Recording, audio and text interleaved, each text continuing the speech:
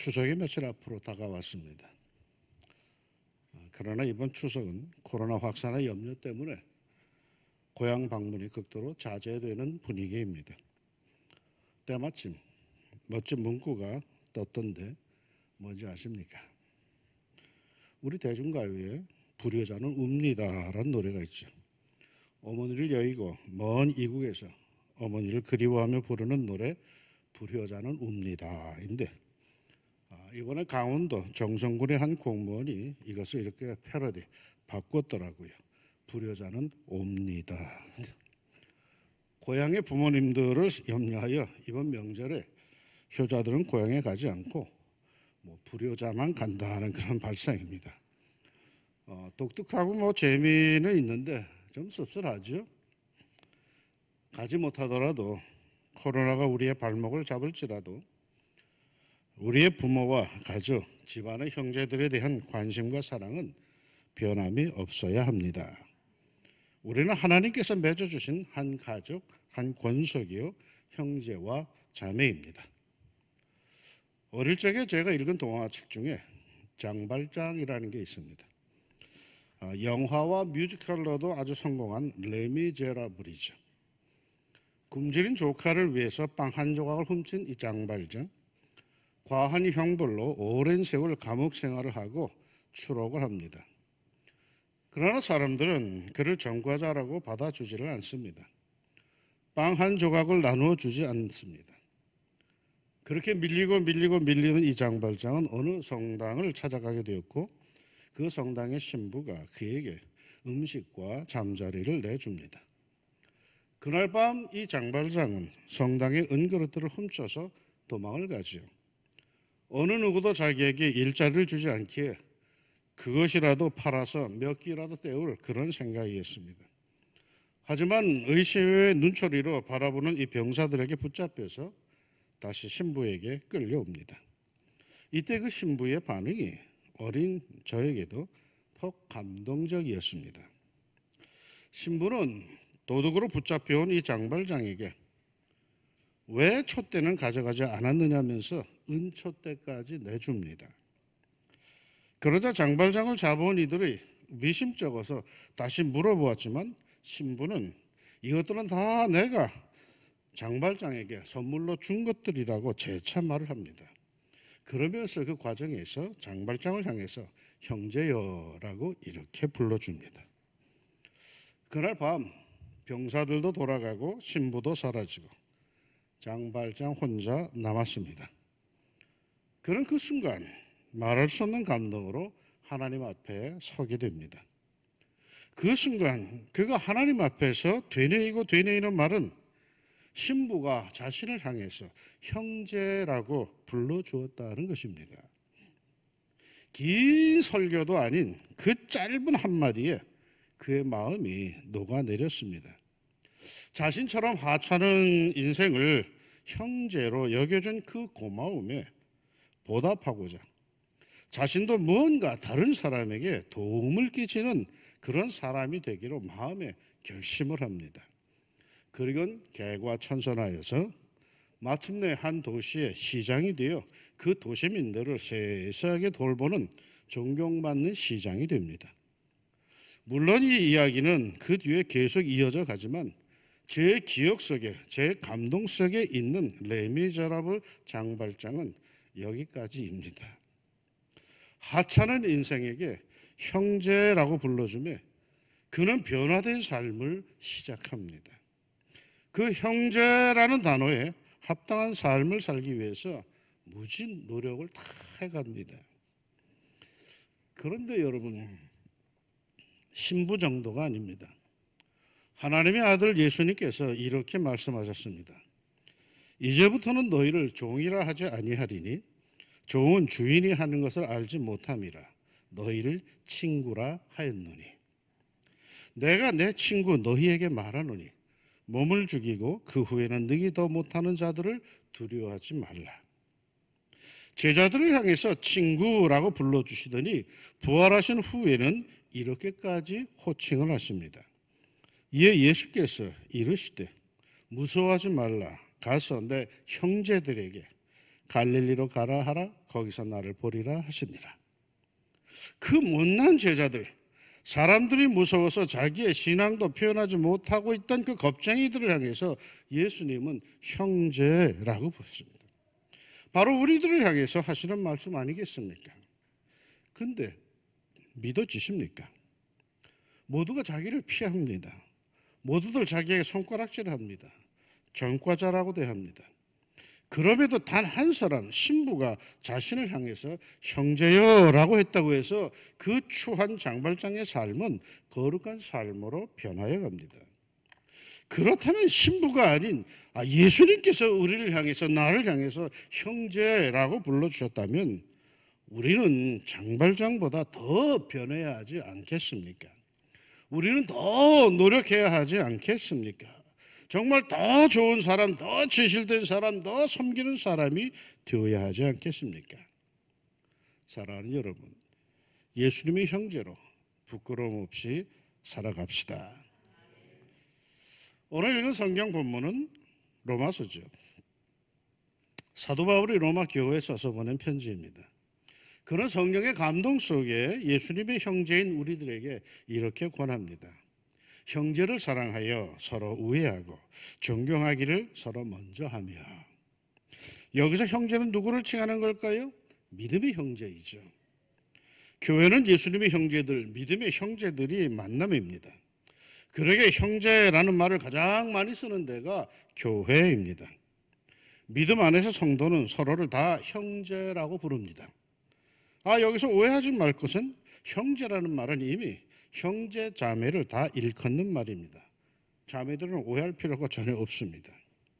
우리 성도들은 하나님의 권석이라고 말합니다. 권석이라는 말을 아시죠? 현대인들은 잘 모릅니다. 권석이란 말은, 권석은 집안 사람이란 뜻입니다. 우리는 하나님의 집안 사람들이란 뜻입니다. 주 예수 그리스도 안에서 우리는 하나님의 집안 사람들, 즉 형제 자매라는 뜻이죠. 언젠가 교회에 처음 나온 분이 오늘 권사님을 향해서 식당에서 그러더라고요. 저 아줌마라고 하더라고요. 아주 낯설었어요. 어떤 사람은 집사님 보고 아저씨라고 부르더라고요. 아줌마, 아저씨, 사회에서는 잘 모르는 사람들을 그렇게 불러도 다 통할 겁니다.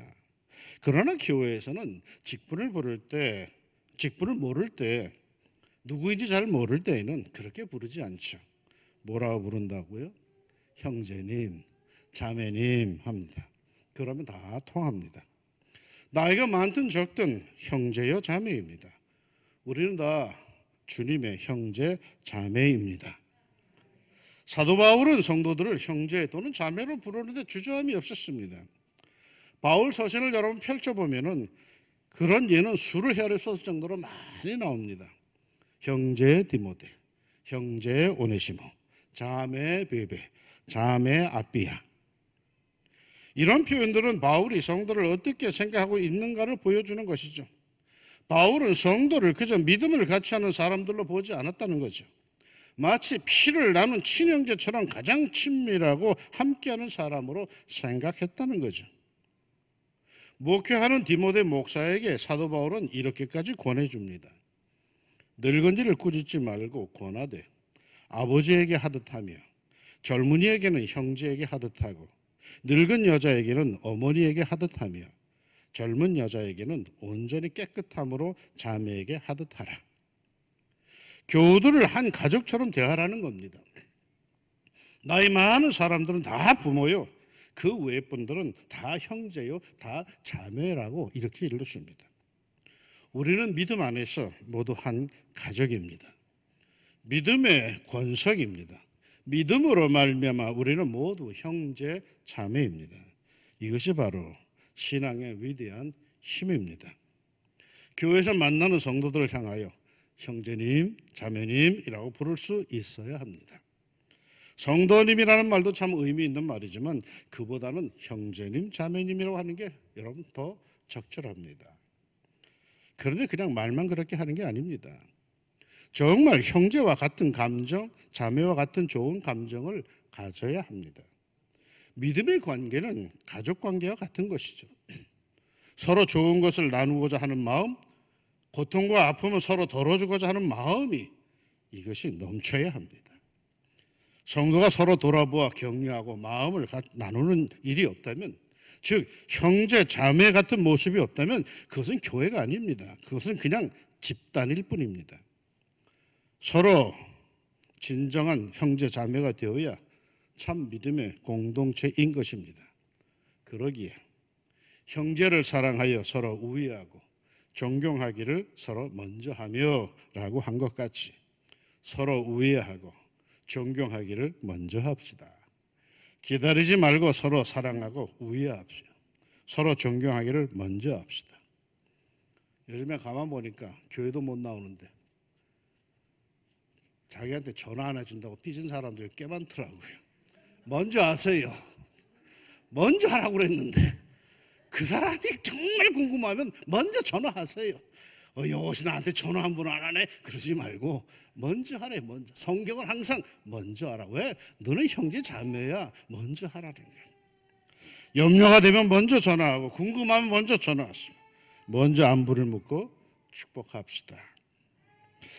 그런데 말이죠, 이 형제 자매라는 말은 이게 사실 어디서 온 말일까요? 이거 분명합니다. 이건 가족에게서, 패밀리에서 온 말입니다. 성도들 사이의 관계를 지칭하는 대명사로 형제, 자매라는 말을 성경은 쓰고 있지만, 그러나 더욱 분명한 것은 이것은 말이요, 가족, 식구들 간에 쓰는 단어입니다. 다시 말해 형제를 사랑하고 라고 했을 때 우리는 우선적으로 가족에게 이걸 적용해야 되는 거예요. 형제, 자매 사랑이 얼마나 중요한지 아시죠? 예수님께서는 산상수훈에서 이렇게 말씀하셨습니다. 나는 너희에게 이르노니 형제에게 노하는 자마다 심판을 받게 되고 형제를 대하여 라가라 하는 자는 공회에 잡혀가게 되고 미련한 놈이라 하는 자는 지옥불에 들어가게 되리라. 형제에게 화내지 말고 하대하지 말고 욕하지 말라고 하십니다. 그뿐이 아닙니다. 이어서 이렇게도 말씀하셨습니다. 그러므로 예물을 제단에 드리려다가 거기서 내 형제에게 원망 들을 만한 일이 있는 것이 생각나거든 예물을 제단 앞에 두고 먼저 가서 형제와 화목하고 그 후에 와서 예물을 드리라. 예물을 드리는데, 예배를 드리는데 말이죠, 자꾸 형제와 껄쩍지근한 일이 생각나거든 먼저 가서 화해하고 와서 예배를 드리랍니다. 그러니까 예배 못지않게 아주 중요한 것이 형제 자매와의 화목, 사랑이라는 거죠. 가족 간에는 화목이 우선입니다. 내 고집이 우선이 아닙니다. 화목이 우선입니다. 그뿐이 아니죠. 성도의 가족에는 구원이 있어야 합니다. 구약 성경을 보면 하나님께서는 사람을 사용하실 때 가족을 불러서 사용하십니다. 아브라함을 부르셨습니다. 그러면 아브라함만 부르셨습니까? 아닙니다. 아브라함과 그의 자식들이 언약을 이루어 나가는 그런 실질적인 단체가 되는 겁니다. 특히 야곱의 12아들은 그대로 이스라엘의 12지파가 되지 않습니까? 모세도 마찬가지였습니다. 하나님께서 모세만 부르신 게 아닙니다. 모세와 그의 형제인 아론과 미리암 역시 같은 일에 협력하는 동역자로 부르십니다. 그렇게 하심으로써 형제, 자매, 가족을 통하여 하나님의 구원의 역사를 확장시켜 가시는 것이죠. 신약성경의 내용도 마찬가지입니다. 고넬료의 집이 구원을 받을 때 고넬료 한 사람만 구원을 받았습니까? 아닙니다. 그 집안 전체가 다 구원을 받았습니다. 그 형제들뿐만 아니라 그 집안의 종들까지 다 구원을 받습니다. 고넬료의 가정뿐만 아니라 신약의 여러 가정이 이렇듯 구원의 역사에 쓰임받는 걸 우리는 쉽게 볼 수가 있습니다. 구약 성경이든 신약 성경이든 가정 자체를 중요하게 여기고 있고 그 가정을 통해서 신앙을 형제, 자매, 그 후손들에게 제대로 전함에 매우 중요한 의의를 갖고 있습니다. 그래서 하나님의 일을 함께 감당하도록 하고 있죠. 바울은 말이죠, 가족의 구원에 대하여 이렇게까지 말을 했습니다. 주 예수를 믿으라. 그러면 너와 네 집이 구원을 받으리라. 주 예수를 믿으라. 그럼 네가 구원받는 게 아니에요. 거기서 끝나는 게 아니에요. 너와 네 집이 구원을 받으리라. 혹시 불신의 가족이 있다면 여러분 그 영혼을 위해서 기도하십시오. 기도하고 또 기도하십시오. 제주도의 어느 여집사님의 간증을 방송에서, 극동방송에서 예전에 들은 적이 있는데, 아무리 기도하고 기도해도 교회 나오지 않는 남편, 내 소원이니까 같이 교회 한번 가자고 해도 꿈쩍도 하지 않답니다. 이 속이 탄 이 집사님, 어느 날 엉뚱한 지혜가 생겼습니다. 그래서 새벽 예배 갈 때마다 그 남편의 신발을 품에 안고 갔답니다. 그리고는 다들 돌아간 뒤에 그 신발을 강단에 올려놓고는 주님, 신발이 먼저 왔습니다. 신발 주인도 곧 따라오게 하옵소서라고 기도를 했답니다. 얼마나 사랑하는 가족, 그 남편의 영혼 구원이 간절하면 그랬겠습니까? 우리 교회에도 보면은 몇 년째 부모님의 영혼 구원을 위해서, 어머니의 구원을 위해서, 동생의 구원을 위해서 눈물로 기도하며 하소연의 헌금을 드리는 사람들 꽤 있습니다. 제가 그 내용을 다들 읽고 기도하고 있습니다. 가족은요, 다 같이 구원받아 다 같이 천국에서 영원한 복을 누려야 하지 않겠습니까? 누구는 천국 가고 누구는 지옥 간다면, 영원한 이상가족이 된다면 여러분, 그보다 더 큰 비극이 어디 있겠습니까? 그 좋은 천국 가서도 마음이 불편할 겁니다. 형제자매, 내 사랑하는 가족들은 다 같이 구원받고 다 같이 천국 축복 누려야 할 줄로 믿습니다. 그뿐이 아닙니다.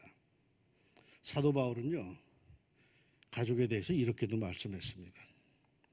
누구든지 자기 친족, 특히 자기 가족을 돌보지 아니하면 믿음을 배반한 자요, 불신자보다 더 악한 자니라.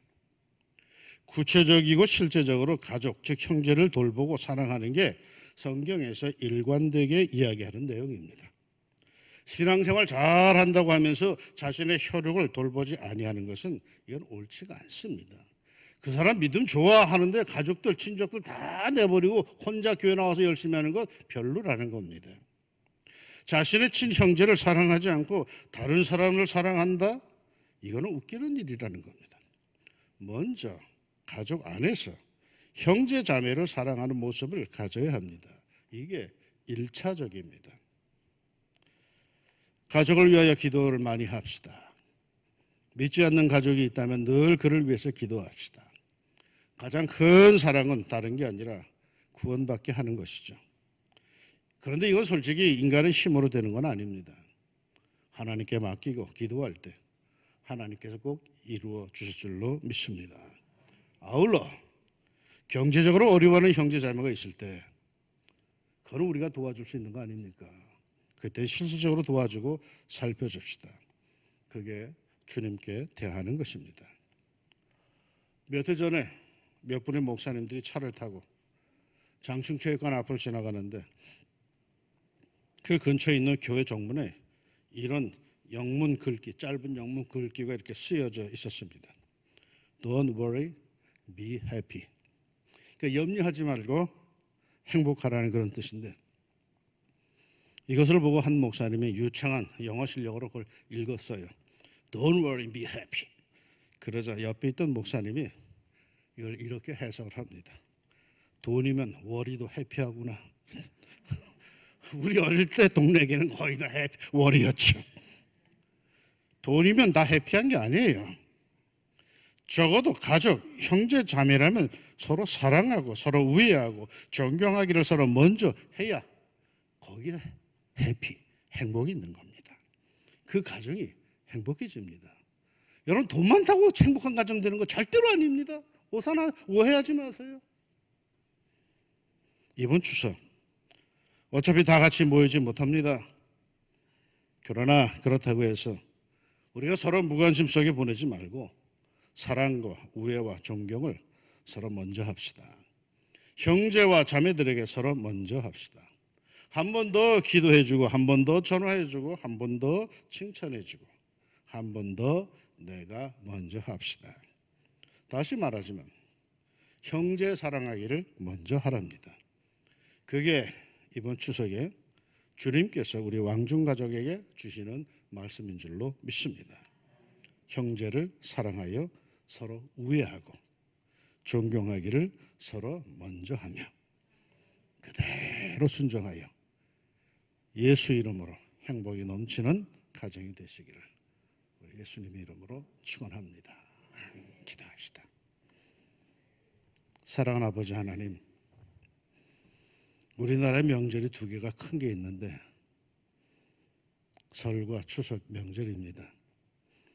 이때는 모든 가족들이 혈육들이 흩어져 있다가도 찾아가기도 하고 그 어려운 길을 굳이 거기까지 찾아가기도 하고 평소에 뵙지 못하던 부모님들 찾아뵙고 그토록 그립던 자녀들을 바라보고 함께하며 행복하게 보내던 시간들이었는데 올해는 이 코로나 때문에 효자는 고향에 가지 않는답니다. 그럴 정도로 하나님 이 코로나 바이러스가 우리의 사회, 우리의 모든 삶을 뒤집어 놨습니다. 하나님, 그렇다고 해서 그걸 핑계로 해서 우리가 서로 형제 자매 간에 서로 사랑하고 존경하고 먼저 해야 될 것들을 하나님 물리치지 않게 해주시고 가족들을 위해서 더 많이 기도하게 하시고 더 사랑의 손을 뻗게 하여 주시고 전화도 내가 먼저 하게 하시고 베풀 수 있다면 내가 먼저 베풀어 간대. 참 좋은 그리스도의 가정, 예수님의 말씀이 살아있는 예수 중심의 예수님 섬기는 복된 가정, 우리 왕중 가족이 다 그리 되게 하옵소서. 이번 명절을 통하여 살아가는 우리 왕중 가족의 모든 성도들의 가정의 삶 속에 하나님의 은혜가 따뜻하게 넘쳐나기를 원하오며 예수님의 이름으로 기도합니다. 아멘.